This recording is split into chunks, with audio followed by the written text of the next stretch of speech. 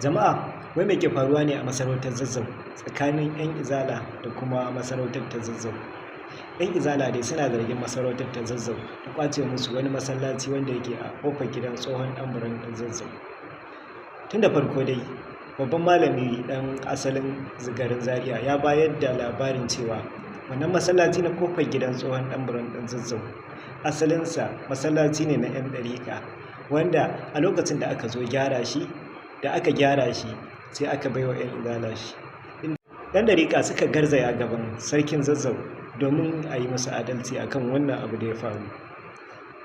Sai dai ne a ɓangaren 'yan izala fa suna ganin wannan karɓe masallaci da aka yi daga hannunsu zalunci ne, kuma an nuna musu bambanci, inda suka ce dama tun asali wannan masallaci na 'yan izala ne, kamar yadda waɗannan malaman na izala suka yi taro akan wannan masallaci, inda suke nuna cewa masarautar Zazzau din tana cin zalinsu kuma tana nuna musu bambanci. To ahlus sunna a masarautar Zazzau suna fuskantar wasu manya-manyan ƙalubale guda uku. Ƙalubale na farko shine rashin adalci.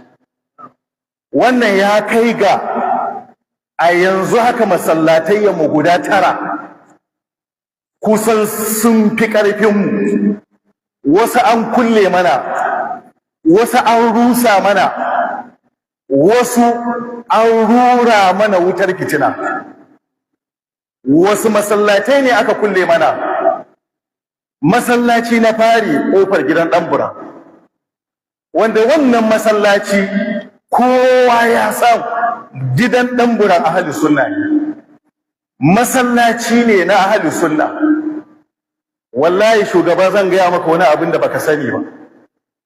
Ku je local government ku bincika, zamanin mulkin Lawal Balarabe mu muna cikin ainihin security council, an zuba wasu malamai duk yankunan garin nan.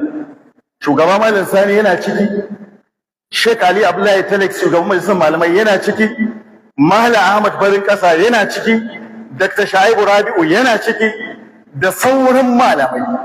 An kawo mana ƙaran wannan masallacin, liman ba shi da lafiya, sai ya zama an ɗora wani liman shagargari, sai aka fara wazifa. Ana fara wazifa suka rubuto mana cewa masallacinsu ba a wazifa. Dole aka haɗa mu, aka yi tim ɗin malamai da izala da ɗariƙa, aka ce mu zauna mu fitar da abin da ya kamata. Su 'yan ɗariƙun sun sani, da su muka zauna, da kansu suka ce wazifa ba addini ba ne, don haka a janye ta, a ci gaba da yin sallah yadda aka saba domin dunkulewar mutane. Mutanen gidan ɗanbura sun sabunta masallaci, suka ɗauko a rubuce suka kawo ma shugabanmu Malam Sani Yakub, suka ce gayi nan masallacinsu na ahlus sunna ne, kuma ya fitar da liman ya ci gaba da sallah. An je an buɗe masallaci, an fara sallah, 'yan ɗariƙu suka taso. Wannan dalilin ya sa DPO na wannan zamani ya zo aka kulle masallaci, aka koma zuwa ga masarautar Zazzau. An yi zama ba ɗaya ba ba biyu ba, a ƙarshe aka fitar da kwamiti ɗariƙa da izala su je su zauna. Suka je suka zauna, suka zo suka tabbatar da cewa wannan masallaci na gidan ɗanburan ne, kuma suna da iko su juya shi yadda suke so, su hannata shi zuwa ga wadda suka ga dama. Sai dai abin da suke roƙo shine gidan ɗanburan su samu wani fili su gina ma ainihin waɗancan ɓangaren masallaci a anguwa, ya zama su ci gaba da sallah. Gidan ɗanburan suka yadda, muna da fili a wannan anguwa wanda aka bamu, muka ce to mun ba su gina, ya zama su ci gaba da ibada.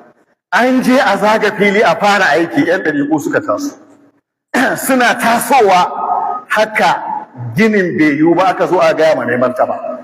Wai abinda mai martaba yake cewa to a tsaya a saurare su a ji me yasa ba sa so a gina masallaci. Maimakon a'a, tunda a ka'ida ga matsayar da aka yi, yanzu su suka ƙetare iyaka.